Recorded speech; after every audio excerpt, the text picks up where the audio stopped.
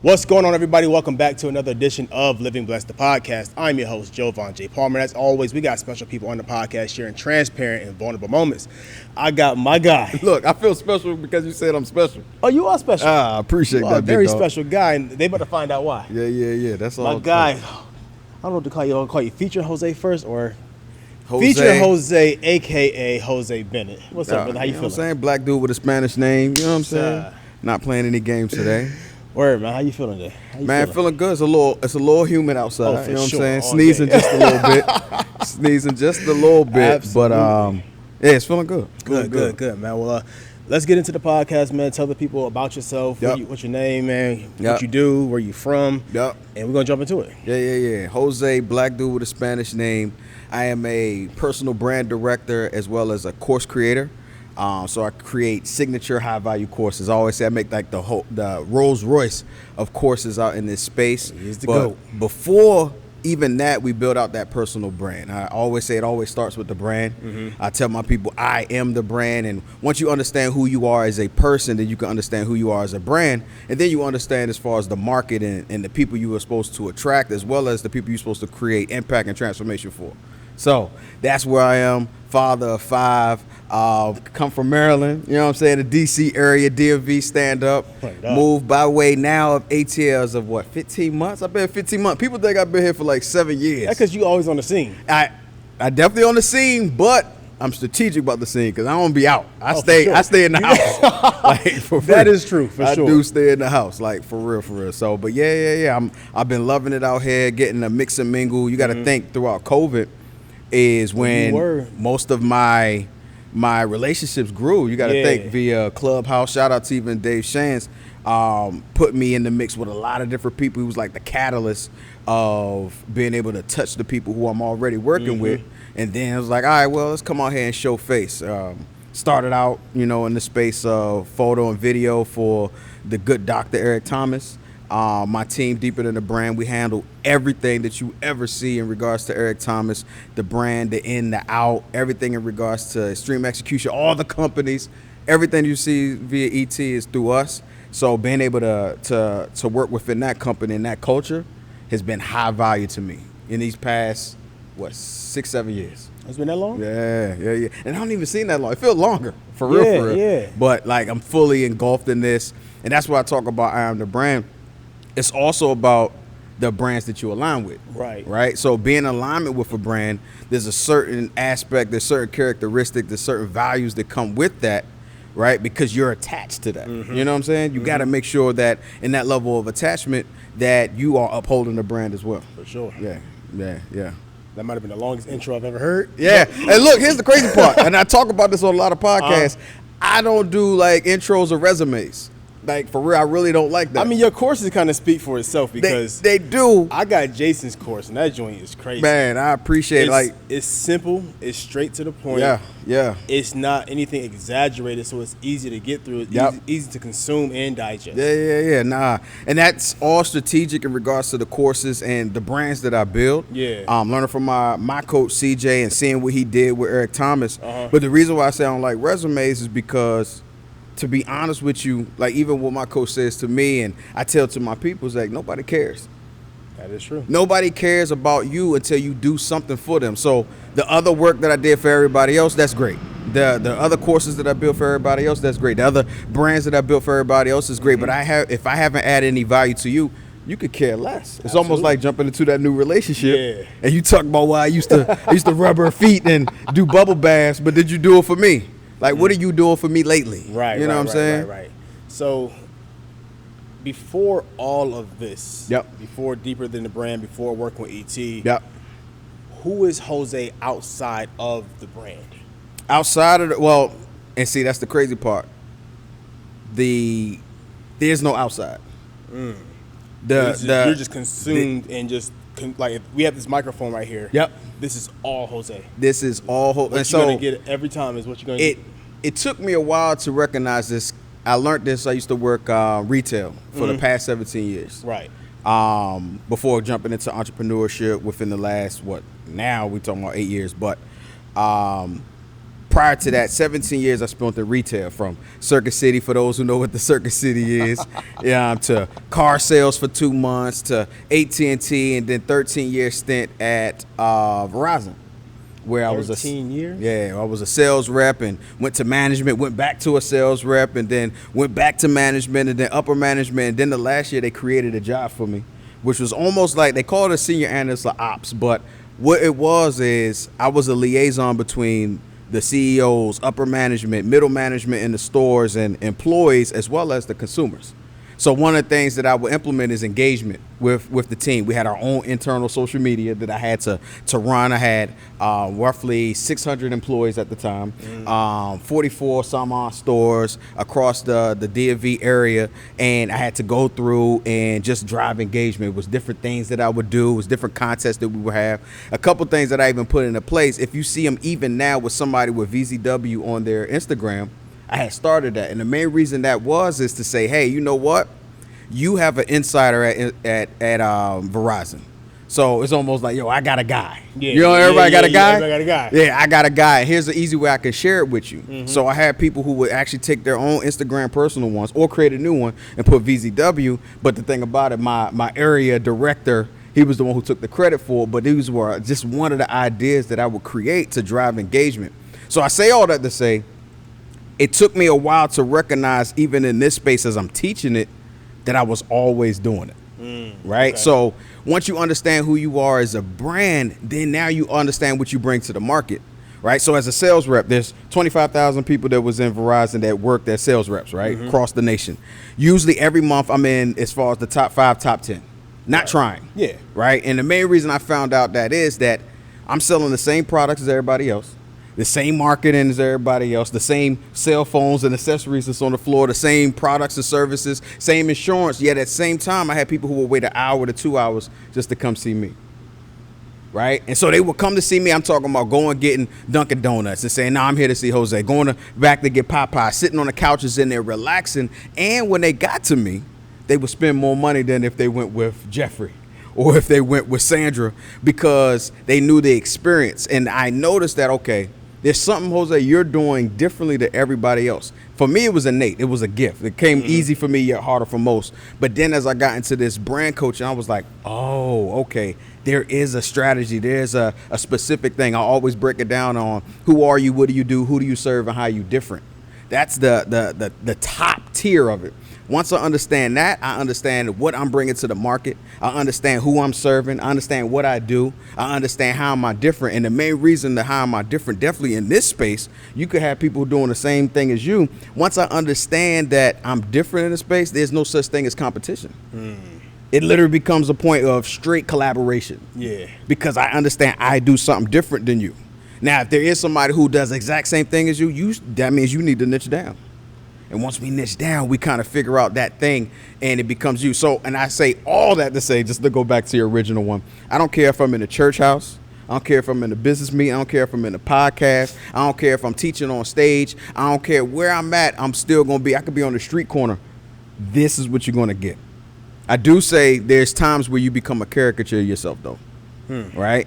And so what I talk about in regards to being a caricature of yourself, you know, when you go to the boardwalk, you see them drawing the pictures or whatever. If you got a big forehead, shout out to my big forehead people. That's why I wear my hat. I got a huge forehead. I ain't going to lie. It is what it is. But if you got a big forehead, they accentuate that joint.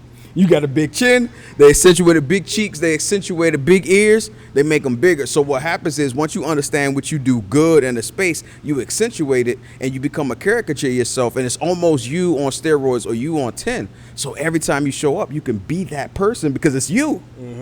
I think that a lot of times people find out or they feel that understanding who they are is the hardest thing. But I say it's the hardest yet easiest thing at the same time. Because once you figure out who you are, you know how you're going to show up. And you can show up like that all the time. So my question for you now. Yeah. Has it always been easy showing up as Jose?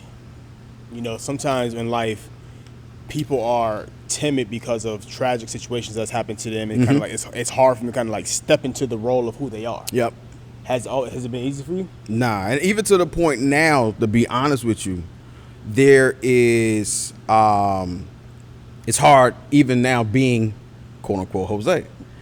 Right. And the main reason that is I have a lot of people come to me, whether it's for advice, whether it's on the spiritual, whether it's on the personal, whether it's on the branding, whether it's on the courses, whether it's on the social media. So people to come to your advice. And I always say, you got to get into a space of also showing that level of vulnerability. And the main reason, if you do not show that vulnerability, you're looking like Superman. You're looking like a superwoman.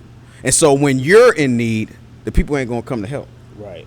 And the main reason that is because, you got it together. And I'm quick to say, hey, I do not got it all together. I'm in therapy. I'm like, I've been through as far as the hardest tragedies and things of that nature. And it became a place where it was like, okay, I have to show it. Have I showed it enough? I don't believe so.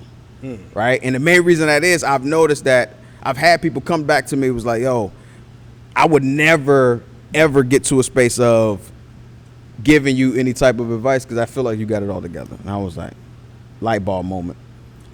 Light bulb moment. Light bulb moment. Yeah. And so now that's why I do stuff like this. That's why you got to think a lot of my tragedy and the pains, a lot of times it couldn't be spoken on the stages for branding and personal development. It just didn't match. Yeah, it couldn't. I think about it like this. My coach CJ used to always say everything is tied up in the story. And so I'm the king of stories now. Oh, for sure. You know what I'm saying? I'm Definitely. the king of it. But it was my Achilles heel also. Main reason is I could get on stages, I could get on podcasts, I could get on webinars, and I could teach. Practical. Boom, boom, boom, boom, boom, all day. Easy. Right? Stories, the only thing I could think of was tragedy. Stories, the only thing I could think of was 5 kids, 4 baby mamas, my youngest child dying of cancer at 5 years old. These are the only things that would literally resonate with me. And I was like, I can't talk about that. That ain't got nothing to do with branding. That ain't got nothing to do with courses, social media, content. It don't got nothing to do with that. So I can't. But then I started to notice that there's stories all around us. Everything is a story. Everything is, I talk about now my big baby toe that I messed up my toenail. Baby toe. My big baby toe next to the big toe that I messed my toenail, but I break it down into niching down what you do in the space. Because I was talking about, I will pay somebody $10,000. You can help me with my big baby toe nail next to the toe, right? I'm big on talking about that. Main reason that is because the pain that I'm dealing with, right? And it's something that every person on here, whether you're a coach, whether you are an author, whether you are somebody in the space of mentorship or somebody in the space of training or consultation, that somebody needs your help and it's specific, right? And so just using the toenail joint, I could go to emergency room for pain because I'm working out now. When I run, that thing be hurting. It be like, You know what I'm saying? I go to emergency room. Next, I could go to maybe a patient first or urgent care. Yep. The next, then they're going to say, all right, no, you got to go to your general practitioner. All right, cool. Go to general practitioner. He look at it. Oh, no, I got to go to the podiatrist. Okay, cool. Most people will stop there. But the podiatrist does what? They deal with the ankle, the foot, the skin, the bone, everything on there. Even when I had plantar fasciitis, again, I'm a runner. Not a runner, but I'm a runner. Yeah. I used to wake up and I would hit the ground and my arch would hurt like I don't know what. That's a different pain, though, than my big baby toenail next to the big toe, right? I need somebody who's going to handle that. And I would give them 5. I would give them 10. And so what happens is when you discover your level of mastery, then we try to get down even more because what happens is there's somebody who needs you. And a lot of times, if we don't figure out who we are, the people won't be able to find us. Right? And we don't figure out who we are as a brand. We don't figure out the pain that we actually alleviate, the desires that we actually fulfill. Then what happens is that those people who are searching for us, they won't find us, and it's life or death. Yeah. It's life or death. I don't care what you do. Podcasting, you're an author. Like, there's somebody that is looking for you, and if you're not showing up in your purpose, it's life or death for them. I know we start this early. Yeah, you know, it is what it. Again, I'm just being me. You mentioned a lot of things. I'm trying to figure out what's my next question. Hey, I got a bunch of them now. Yeah, all right, let's so go. You mentioned 5 kids, 1 passed away. Yep. 4 different moms. Yep. Go into all of that. Yeah. Go into all of that, and then tell me, how does that tie back into the brand? Yeah. So one of the things I always talk about, I wasn't a good dude. Right? Now, intent intentionality, I think I always did stuff with a high level of intentionality. There was always the spirit with me. But I wasn't the best dude. I had codependency issues as far as women, right? There were certain things that happened when I was a child that brought me to a space where I always had to be. It's one thing to dudes be like, yo, I love women. You know what I'm saying? We all have that. You know what I'm saying? But no, not even for the intimacy or the sex. I had to be around them. I was never a mom's boy either. My mom took care of me and everything. I was always in that space where I had a healthy relationship with her. But because of those other situations, I had to be around women. So what will happen is, I'd be in a relationship. I call myself a serial monogamous, right? So serial monogamous. I got into a relationship. I'm thinking this is one and done. We going to the moon. For sure. You do something wrong though, I'm like, all right, bet.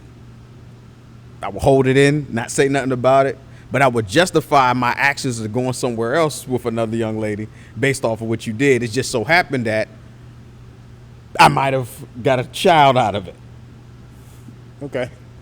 So it was a lot of different back and forth type situations because, again, you did me wrong. My biggest thing was never to do wrong first, but I was going to get even. I was a vengeful. So it's pretty much they do something wrong for you. So you're cool when you're in the relationship, everything's cool. Yep. But as soon as they do something wrong, as far as what? Borderline cheating or in a space of that. Or entertainment, let's say, because a lot of times I stayed, right? But I was like, oh, okay, now you just gave me a hall pass, or I'm putting this in my back pocket. So if I did do something, I was like, well, you did. I was quick to point the finger back. This was the issues that I had, and that's because I didn't learn me. You know what I'm saying? I'm now 15 years removed from this space of this version who I was, but this was an innate thing that I dealt with, right? And so that's what happened was I had a young lady. It was like, all right, cool, you did me wrong. I'm going over here. I might have had a kid over here. Okay, you know what? You did me wrong. I'm going over here. Now I had a kid over here. Okay. And to be totally honest and transparent, it probably would have been a lot more kids. Think so? Because of, some of them we had to make sure that, it just wasn't the time. So, we didn't go towards that journey. Yeah. But yeah, it would have, yeah. Yeah. Okay. Yeah. And so going forward, I'm actually working on a book, and I ain't gonna lie, I've been working on this book for about 10 years. Yeah. Right? It's called System Not Built for a Good Dad. System Not Built for a Good Dad. Yep. So Expound on that. I'm huge on making sure as fathers we are there for our children. You know what I'm saying? Doing what you can. Well, what will happen is a lot of times that I noticed if I wasn't in full-blown relationships with the women of my children, not all the time, but for the most part, there was always some discourse or a wall being put up. So, in other words, if I was slanging the meat, like I always say, then I'm good. I'm with the kids or whatever. Everything is straight. We doing doctor's visits, we doing this, that, and the third, but then I pull away from that for whatever reason. Then, okay, yeah, there's a boundary or barrier up. Then, because of this barrier, it's like, okay, well, I'm taking you to court. But then now we're going to court, right? And it's not really battling me now. It's battling the other mothers. So the system, right, they're on a first come, first serve basis. I don't know where it is in regards to, and it's kind of hard for me to, I don't usually engage in this type of conversation. Matter of fact, I haven't engaged in this type of conversation in about 10 years because every time somebody talk about it, I kind of, because it's real life for me, right? And it's still triggering. But one of the things is, it's like a first come, first serve basis as long as the whole team is around it. What do I mean? It could be a young lady who goes up and I'm a foul. Maybe it's a filing fee. Maybe they set away for free.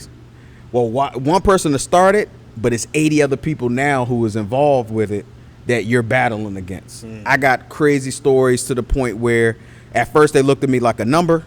And then afterwards, they're like, yo, all right, you want some breakfast or something? They rubbing my back because they hearing the story now like, oh, this is real for you. Because they dealing with so many people, so many fathers, so many deadbeats. But then when they hear the certain story, I had one time where I'm on child support and one of my children's mom had actually took it off, right? Cool. Got mad at me some months later, put it back on. I didn't know. I'm still paying out, still doing the daddy thing and everything like that. And I received a letter in the mail that said, Mr. Bennett, you owe $10,683.34. If you don't pay it by this amount, you're going to jail. And I was like, yo, you know I've been paying. You know I've been doing what I'm supposed to do as a dad. I need you to rectify the situation. Like, all right, okay, I will. Telling the other young lady who put it back through. She didn't move. I'm getting more letters. I'm getting more letters. They're like, yo, you got 30 days now. Now, mind you, this was a 6-month type thing that I'm dealing with. Got to the last 30 days, and I'm thinking they about to come knocking on the door. So I wrote the letter for her. I said, yo, just sign it. She's like, okay, I'll sign it. Mind you, she know I was supposed to, it was supposed to be signed. She waited literally to the last week to actually sign the joint and send it off. And they rectified it and they got it off of the records or what have you. But the fact, that's one of multiple things. I've had another time where me and my brother, our social's not even the same, but he was on unemployment some time back and they garnished his check. So I'm paying, mind you, I'm still paying up for my kids. My brother got his thing garnished, right? My mom pays for him. Now I got to pay my mom back, still paying what I'm still paying over here. I call the people. They like, yo, well, we gave it to the mom. That's on her to give it back. Okay, I call her. She's like, well, they messed up. So you got, now mind you, at this time too, every check mattered. Every dollar mattered. Because in the system, they could take up to 60% pre-tax. How much? Up to 60% pre-tax. God.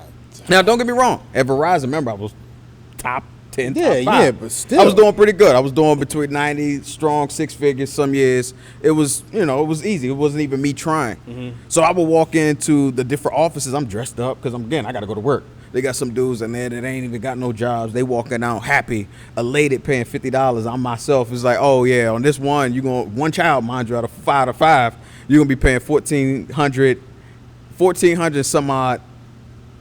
One. A week? Or a month? No, a month. You know what I'm saying? Again, $1,400. Now, mind you, I still got 4 others. And it's based off, again. Let's do the math. It's based off of course, my income, their income. What's the fees? What's child care? Who puts in first? You get the remainder. And they just keep on taking. So the reason why I'm writing the book, System Not Built for a Good Dad, it is only meant for the good fathers who are trying to be there. This ain't for the deadbeats. This ain't for the ones who ain't trying to be there for the kids. This ain't the ones who run it out. This is for the ones who literally, I stressed and put everything on hold, my life on the line as far as my kids, like equally. Mm-hmm. And it's one of the things where on one, okay, well, you probably getting the most money because, again, first come, first serve based off of the system. Now I got to give this one more time, right? This one probably more resources. And then you're one person while you're still trying to work a full 9 to 5 that is retail, that they don't give you no real hours. Right. But to make sure that you're living, now you're working every day on 10-hour days. And then on some of the days, all right, I'm going to pull off a 12-hour day. Mm-hmm. You know what I'm saying? Just so you can make sure that you're living, but at the same time that you're missing games. You're missing recitals or you're missing graduation. There's a lot of things that you were missing because it becomes this catch-22. But I'm big on taking responsibility and accountability. This, like my mom said, this is the bed that you made. You got to lay in it. For sure. She also say, if you're going to pay for class, you might as well learn the lesson. So these were the lessons that I've learned in this space. And I'm like, okay, how do I get through? It was high-level stress, high-level pain, high-level just animosity. And then to the fact where my youngest daughter, who passed away, had Burkitt's lymphoma. She had what? Burkitt's lymphoma is a childhood cancer. Mm-hmm. That's a whole nother story. But even at that point, when I say I was a dirtbag, her mom was married at the time when we had her. And again, I knew it was wrong, but at the same time, this is what I wanted, mm-hmm. And so I say all that to say, after her passing, it was like, all right, the Holy Spirit set me down. It was like, yo, Jose, this ain't about you. This is not about you. Matter of fact, I believe in my heart of hearts, regardless of anybody say, I say, God won't give you more than you can handle, but karma will give you exactly what you deserve, right? And so now if you ever see me from that date, December 8th, 2014, everything that I do, every person I come in contact with, I'm planting seeds of positivity. Always. I'm talking about high level positivity. I'm always trying to feed into people. And the main reason is mentally, emotionally, spiritually, I can't afford something like that to happen again. Right. You know what I'm saying? That was like the worst of the worst pain that you could ever feel.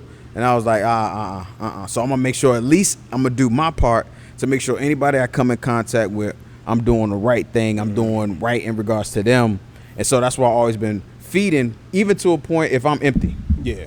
You know what we say, yo, you can't pour from an empty cup. Well, I tried thousands of times. I felt like,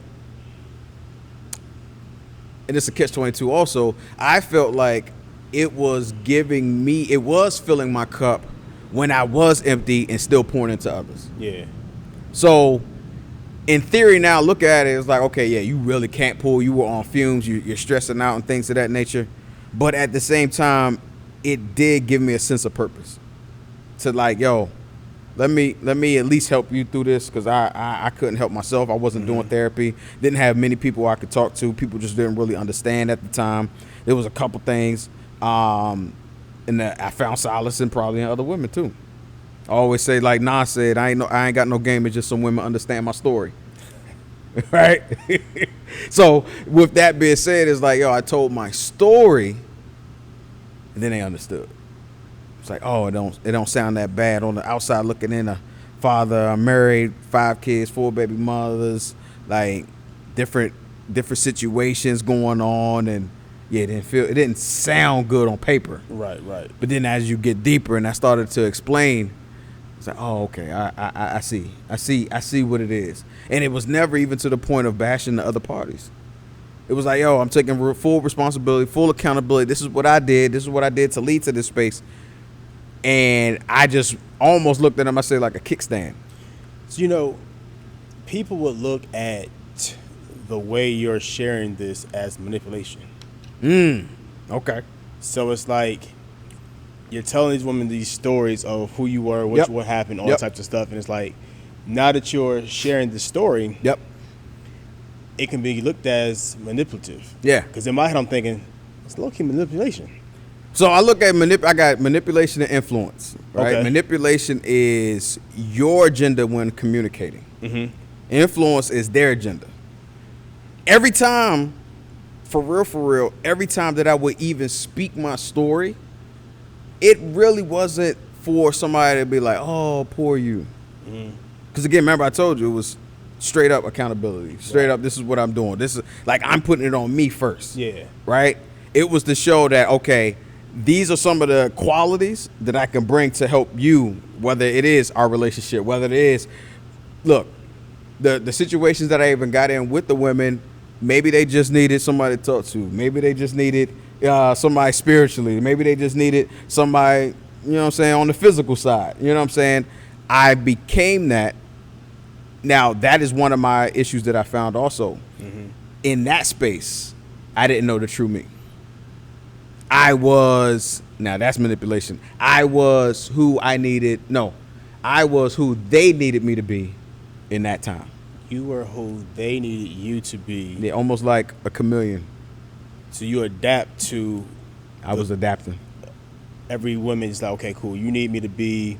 If she got kids, a daddy. I'm gonna be daddy. Yep. If she needs, a financial situation taken care of, I'm gonna be. If I had it, yep. Got you. Okay, so you're adapting to all these various women that you're dealing with, and out of the variations that's happened, it's like a child comes out of it. Yep. Yeah.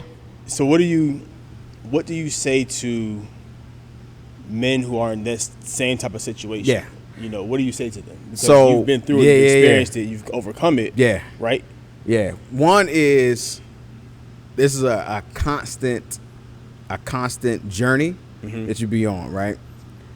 And in that consistency of this journey, first and foremost, you got to get help to talk about where this stems from. Always talk about, matter of fact, you got on shorts. You got any scars on your knees? Yep, right there. When did that happen? Probably as a kid somehow. Probably so. Yeah. I got one that's right here. Oh, I was out back. My mom's house, and she had a garden, and I fell, and that thing got to the white meat. It was like a bowl. The blood opened up. Now, a little too much. I know, right? As we get older, though, I got scratched before. Them joints heal. Yeah. Well, those childhood scars, they will be with me to death. Right? And so those same things happen with our mental scars that happen as a child. They will be with you to death.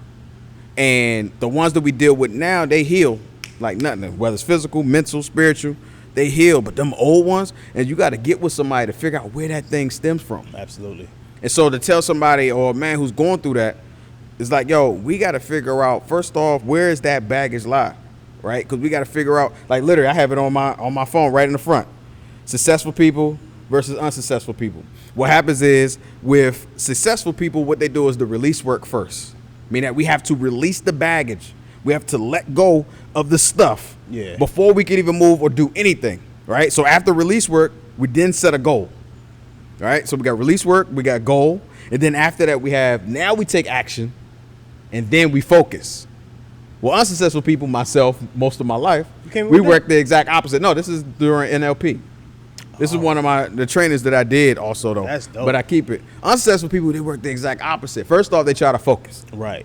It's like, okay, I'm going to focus because I got to get this thing right. I got to put all my energy into this thing. Then they try to set the goal, right? Then they try to put forth action before setting the goal. They put forth act. Okay, I need to do something to try to fix this. I already focused on it. Now they do something to try to fix it. Then they set the goal. By then, now they trying to do their release work. Nah, if you don't release the baggage first, it's almost like trying to get onto a plane and you running late. You got too many bags. If you ain't checked them bags, you literally gonna be late. Or you're gonna need what? Somebody to help you. Somebody to help you pull those bags or what have you. But if you can't do that, okay, you know what? Some of this stuff ain't gonna go with me on the plane. Right. I'm gonna have to leave it. I see people in the airport right now because their baggage is too much. They a pound over, and what they doing? They throwing it away. Yep. Or they trying to consolidate. Let me move it over here. Or it's like, okay, you know what? I can't even take this. Is it worth me taking it with me on this journey? So let me release it. Let me let it go because it's not worth from where I'm going. Right. So what I'm gonna tell a man or somebody in that space, definitely my men, is we gotta first figure out where that thing stems from and we gotta release it. So now, where do you believe? Pause real quick. Where do you believe yours stem from? Couple things. One of the major keys have been that between the ages of 8 and 11, I was part of molestation with two specific women. The problem it became is because, and I learned this in therapy. I didn't know it was wrong, right? These were my mom's best friend's daughters, were older, much older.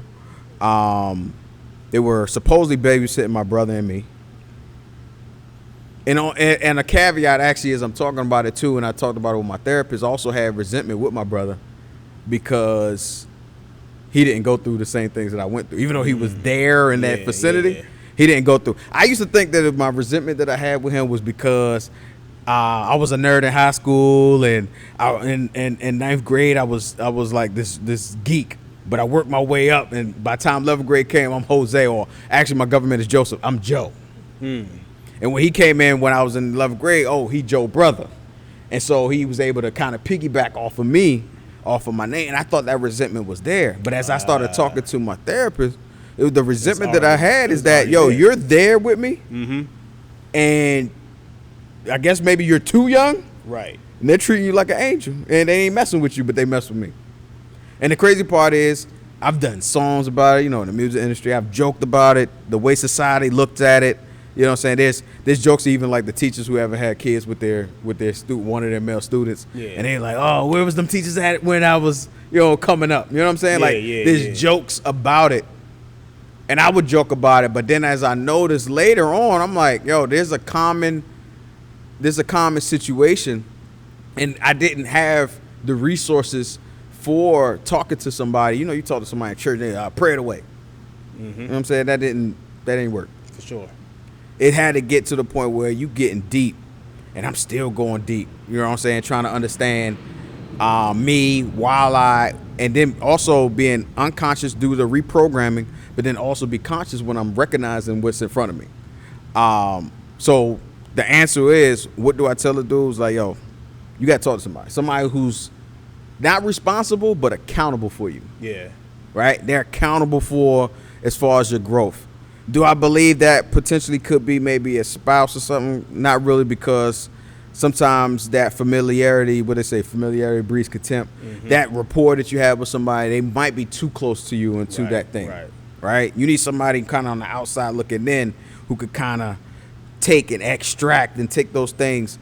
Like, even myself, I went through 3 therapists. One of them, I was like, you know what? I want somebody who's just the total opposite of me. It was a younger Caucasian woman, and I just like, but because of certain things, we're doing virtual. Because of certain things, I was just like, oh, I'm not feeling any type of growth. Yeah. There's no exercises. There's no. Then I had another young lady, and I was like, all right, let me go to my black woman. Let me get them. And I told her what I was dealing with. She's like, look, I don't even help with that, so we need to find somebody else. I was like, I appreciate you. You know what I'm saying? Yeah, for sure. I appreciate you. Then I got one, and I'm with her now, and she's working on like different exercises to kind of get out of that. And there's still things that I have to address with other people right now. To be honest with you, even one of them is one of the young ladies who still, I see her on Facebook probably once a month. Oh. Yeah, she in Maryland. And a couple times I thought about like pulling up to her at her Planet Fitness. She was like, oh, I'm working out today. I was like, let me pull up. Talk to my boys. Your boys will not help you. That's another thing. Your boys will not help you. They're going to make jokes or what have you. There's some boys who going to be like, yo, I got you, whatever. But for the most part, yo, my boys making jokes talking about, well, you already hit it. You might as well go ahead and hit it again. And I thought about it. For real, I was like, she ain't look that bad. You know what I'm saying? She 50, 55, like, she ain't bad. I'm like, But then I was like, that's not what you need or what you want. Right. I remember even one time I reached out to her, hit her in the inbox, and I said, hey, I saw you at the event that my daughter was singing at. And I noticed you hugged everybody else, but you ain't hugged me. I was like, all right, cool. I knew she knew. Yeah. We talking about 30 plus, 32 years ago. We were, you know what I'm saying, 30, 32 years ago. I knew she knew that she was wrong. And she was like, oh, you're like the brother I never had, and sent me this whole soliloquy talking about your mom, I love her, And I think I made it worse. I don't know what I wanted out of that interaction, but I believe in my heart of hearts that thing made it worse, only because I didn't know what I wanted. I don't know if I wanted an apology. I don't know if I wanted her to accept it. I don't know if I wanted her to initialize that conversation. I didn't know what healing looked like, right? And so I would say for anybody too, sometimes we're trying to reach out for healing from the person who hurt us. But it don't, like, yes, it's their fault for what they did. Yeah. But it's our responsibility for the work. Absolutely. And I'm doing a lot of work for something that happened 32 years ago. So how do you feel about having to do the work of a pain that somebody else inflicted on you? I mean, sometimes there's a high level of resentment. It's like, yo, see, again, I could place blame. Yeah. I'm already, that's where my mind was going, but at the same time, the Holy Spirit was like, nah, it's still you.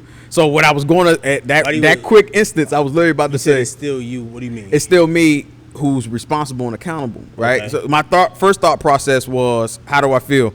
I feel like because you did this to me, it caused this trifecta of problems and pain in my life that generated these situations with the kids and everything like that. Yeah. And the mother and the broken homes and things of that nature. Okay. But again, what she did is what she did. Or what they did is what they did. Because I can't take full, it's both of y'all. But what I did is what I did. So the pain, the issues as far as with the women that I was dealing with, the broken homes, the not being there, the lack of money, the courts, all that stuff started with me. It was the actions that I put in. So while the first thing you asked is like, how would I feel? Yeah, I'm hurt, and then I feel like you're to blame for this, but then I'm to blame. I'm the one who did all of this. I'm the one who caused the problems because, again, it's almost like, okay, let's say if it was a situation with one of the women I was dealing with, They can't blame old girl. They like, no, you did that. This was the actions you put in place. So, do I also feel like saddened and disheartened? Yes. But at the same time, I do believe the person I am now, I'm happy who I am. Okay. So, a lot of times people are like, yo, what would you tell the old Jose that? The wild part, I would tell the old Jose, focus more on the faith. I would tell the old Jose, it's going to get better. But would I change anything? Nope. So you said to focus on the faith. Yeah, put more faith in. Because what happens is, I noticed at any time that I made sure I focused on the faith, a lot of things didn't matter. Faith kind of puts things in perspective. For sure. You know what I'm saying? It really puts things in perspective. I'll be honest with you. Prior to even my daughter passing, you know how you feel certain things is just like, yo, the end of the world. But looking back, I'm like, yo, after having my daughter, I would give anything to have her back. Like, give me 10 times that thing. You know what I'm saying? Like, it puts things in perspective, and it could still be even worse. I use that as a perfect example. There's a gentleman I went to I worked with, and they had a miracle baby.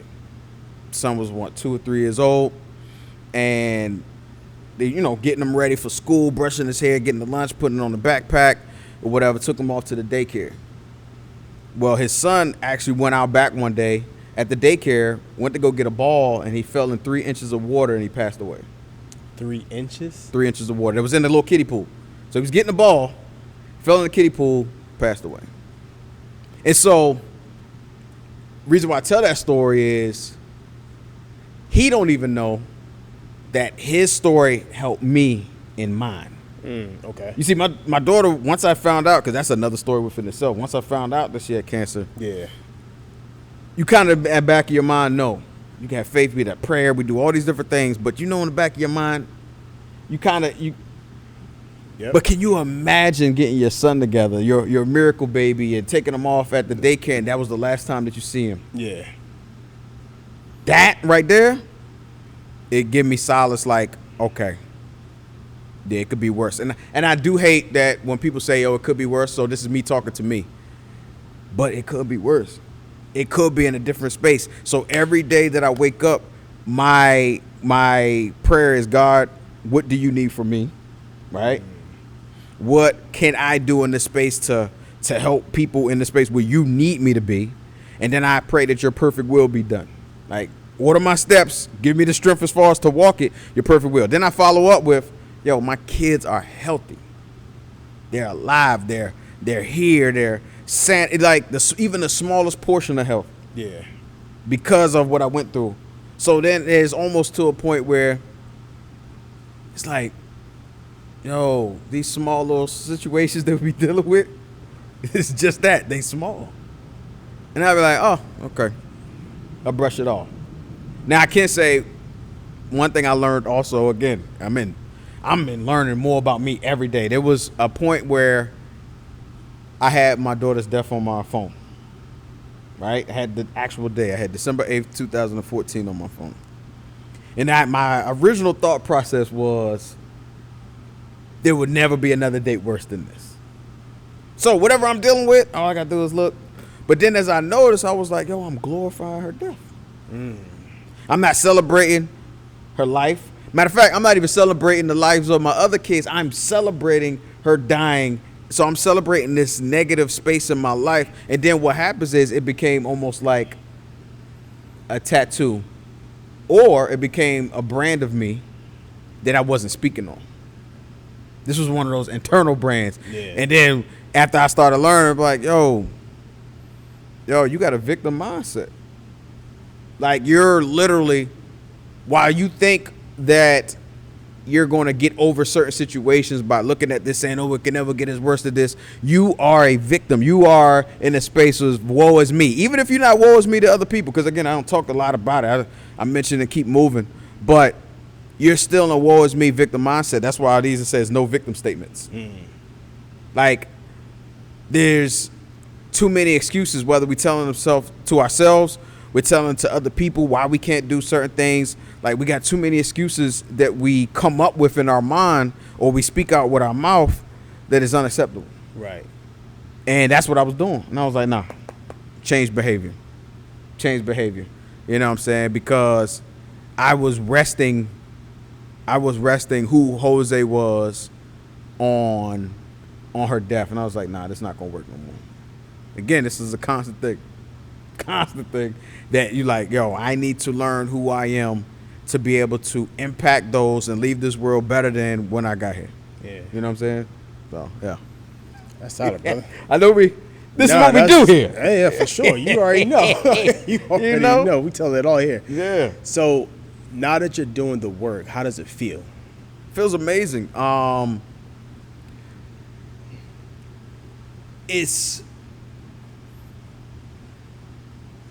It's one of those things where it's almost like a treasure hunt. You will never get the big pot of gold or the jackpot, but on the way you get a couple gold nuggets. You get the little, it's like Sonic. You get the rings and be like bling bling bling bling bling. And so I'm learning new stuff. And I'm like, okay, yes, because one of the things, even in I'm studying, the most successful people, success don't just mean money. The most successful people are the ones who are the most self-aware. Absolutely. Right? And so as I become more self-aware, I know I'm getting closer to, and I'm successful now, right? But I know there's, on the other side of maybe this other barrier or this baggage or this wall, there's another level of success. And then I'm like, oh, I'm excited. Let me get to the other one, right? So I'm always big on having now these conversations. That's why now it's like, all right, time to do the book. I was waiting. And don't get me wrong, because there are real people involved, I was like, all right, cool. I don't want to put it out just yet. But it's like, yo, you tell your story. But at the same time, make sure that your perspective is true to you, but then also honest, where it's not making you what? The superhero, like I said. For sure. Because we get in the space all the time like, yo, yeah, you perfect. You did. Nah. I promise you, I was not. Right? But we are faced every day with decisions to say, okay, we're going to do it the right way or we're going to do the wrong way. The right way, we're going to do the wrong way. Once we understand how our mind works, it becomes easier to make those right decisions. Mm-hmm. Even if it might turn bad for you, you can sleep better, sleep at night. You know what I'm saying? I sleep like a baby at night because I know every person I come in contact with, I'm not, you know what I'm saying? Like, I use a perfect example. Nah, I ain't even gonna talk about it. Let me take it back to Verizon. I got stories, right? There was people who would try to play catch up with me in regards to sales, but they would do it unethically, right? And that means that if you're doing it unethically, it could affect the clients, the customer's credit, their payment, whatever. Like, it could affect their lives. Absolutely. Right? And so what happens is when HR or internal affairs or what have you walk through, and they could be just coming there to put up something or just come to see the crew. Oh, they antsy. They feeling a certain way, like, am I next on the chopping block? Or like they start talking like, yo, why they here? What's going on? Like, what are you worried for? Oh, I don't know. I'm just making sure. And see, what happens is now they're thinking, they always say sometimes a hit dog gonna bark. I knew that I was good. I'm coming up, hey, how you doing? Da, da, da, da. I felt good about life because I knew that I was doing everything right, so it was never a problem. Same thing in regards to business relationships. Same thing in regards to relationships. Same thing in regards to every person I come in contact with. I know I'm doing right by them, so there's never going to be a problem. I'm always going to sleep good at night. Right. And I use that as an example only because recently I had a person in business who hit me up because they thought one of my posts was about them. I'm like, well, first off, a lot of times I might write my post while I'm on the toilet, while I'm driving, while I'm in the shower, and I send them to myself prior to it, and then I'll go through and actually just copy paste my own joint based off of a time, and then I post it 3 to 5 times a day. I'm not thinking about you. Matter of fact, on the list, you're like 1,000. Yeah. But literally hit me up and was like, yo, if you want to be Twitter fingers or you want to be that, oh, so you did something wrong. Oh, okay, you not sleeping well at night. Yeah. And I use all that to say because it happened again last night. Dang. I don't even entertain that stuff. And exactly. I hung up. I'm thinking we talking about business. I'm like, yo, what up? Da da da da da. And long story less long, I was like, yo, first and foremost, I've always caped for you as an individual. I've always did these certain things, and for you to come at me, that's insanity. For sure. You know what I'm saying? Yeah. So obviously that means that you're looking at yourself in the mirror for something that you did. Yep. And so you know what we're gonna do? We're gonna do this, and I hung up. I was like, yeah.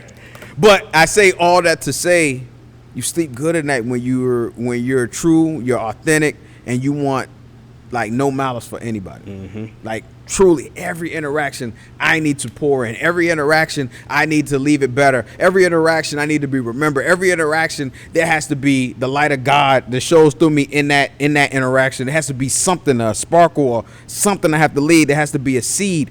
And if I'm planting on fertile ground, infertile ground, unfertile, I don't know the word. I could be planting in pools. I could be planting on parking lots. One of those seeds gonna blossom, and it ain't even my goal, or it's not even my job to figure out when it's gonna harvest. That's the God. All I gotta do is do what I'm being obedient to and plant the seeds. That's it. You know what I'm saying? Because I've planted some negative seeds, which that it's something I'm still in the garden pulling them up. Yeah, yeah. I'm still pulling those weeds up. I'm still uprooting those joints, and they still, a couple of them coming back. But I promise you, by the time I leave this joint, oh yeah, we're gonna have a nice little paradise. You know what I'm saying? Yeah. Because I'm gonna make sure of it. Yeah. That was good. So if you think about anytime we've had an interaction, you're like, oh, that's where it come from. Mm-hmm. Like, it just makes more sense. Yeah, it makes literally more sense. what it is. That's the true essence of who Joseph Harris Bennett II is. And while it might be, yes, the brand, feature Jose, black dude with a Spanish name, all that, the true DNA though, that true DNA is somebody who's going to overtly try to make sure we're walking with integrity and also walking with purpose and helping people make sure that they find their purpose at the same time. Absolutely. Yeah. Appreciate you, my brother. No more questions? That's how we doing man, it. I mean, you made it easy. There's some people like you got to pull stuff out of them. Yeah. But for you made it easy to where you just came. We got to do a part 2. You laid it. We got to. How much time we got? Yeah, we go. I don't want to go. Let's just say we'll be back for a part 2. Yeah, we definitely gonna do a part 2. Part 2 for sure. But you made it like some people make it easy because they're ready to just tell. Yeah. And there are some people who just like they're ready, but not 1,000% ready. Yeah. But they're just ready to just get their process started in podcasting and and sharing their story, man. But you just made it easy because it's like with question, you allow for your story to go deeper. Yeah. Like you said, deeper than the brand. Like, yeah. I feel like you said, I feel like our stories are deeper than who we put on for the world to see. Yep. And I feel like our stories are, one, it sets us free. Mm-hmm. It sets others free. And this podcast will live on to free up individuals who are going to go through the same exact thing that you've gone through years down the road. Yeah. So like I said, you made it easy to podcast today for sure. Yeah. And just to add, it could be somebody listening, somebody watching, right? Your story, how you got through it, again, is life or death for somebody. Yeah, absolutely. Like, for real. Yeah, saving lives. There's somebody who hasn't even gone through it yet who will. Yep. Right now, they could be in school. Right now, they could be in college. Right now, they could be a baby. They could be at the daycare. They could be somewhere. They could be riding a bus. Right now, they're doing life. Mm-hmm.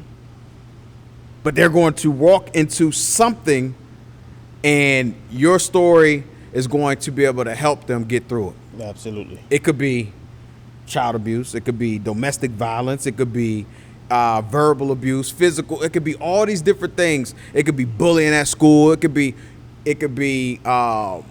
spiritual bullying, things people going through as far as the church. Like, it could be so many things. If you don't share it and how you got through it and give the blueprint, you're doing a disservice and you're being selfish. Absolutely. Like, truly. No, I agree. 1,000%. You're being selfish. So Yeah, yeah. So I'm gonna do a quick commercial, my brother. Yep. I want you to close this out. Yep. Let them know where they can find you again, and then Yep. just leave us with something powerful, right? Yeah. So this episode is sponsored by the Emboldened Institute. It's the only space that sends out daily words of encouragement and affirmation. You can text me 404-476-6780. That's 404-476-6780. I will text you every day around 9 and 10 a.m. daily, 7 days a week, 365 days a year, of sending you affirmations after affirmation after affirmation, and sending you positive words after positive words. So just text me the word affirmation to 404-476-6780, or the word heal to 404-476-6780, or text them both back simultaneously to get on both lists. And we out here free of charge, nothing to you. Might start charging for it, but not 1,000% sure just yet. But get on the list while it's free, and you'll be grandfathered in. Jose, close us out, my brother. Yeah. I just got back from Mexico. Oh yeah. Speaking, had to follow up as far as with the good Dr. Eric Thomas. Mm-hmm. So I spoke right behind him. Ooh. And at first I was nervous. I was like, there's speakers, and even though I'm not a speaker, I'm a communicator, I'm a teacher, facilitator. But there's speakers who will give their left arm to do what I was able to do. Absolutely. And at the same time, I was like, coming behind the GOAT, how am I going to do that? But I was true and authentic to being who I was. And the first thing, though, I did while I was in the back, though, prepping, was praying. And the Holy Spirit told me what's called phenomenal life. And I was like, the Holy Spirit said, there's people out here who are sitting on something phenomenal. They're sitting on something phenomenal. I want you to imagine if you have your hands and you just sitting on them, which you can't reach for nothing. You can't give anything, right? So maybe it is that book. Maybe it is you starting that podcast. Maybe it is your ebook. Maybe it's your course, your program, or maybe it is you first. Let's take your Instagram off private.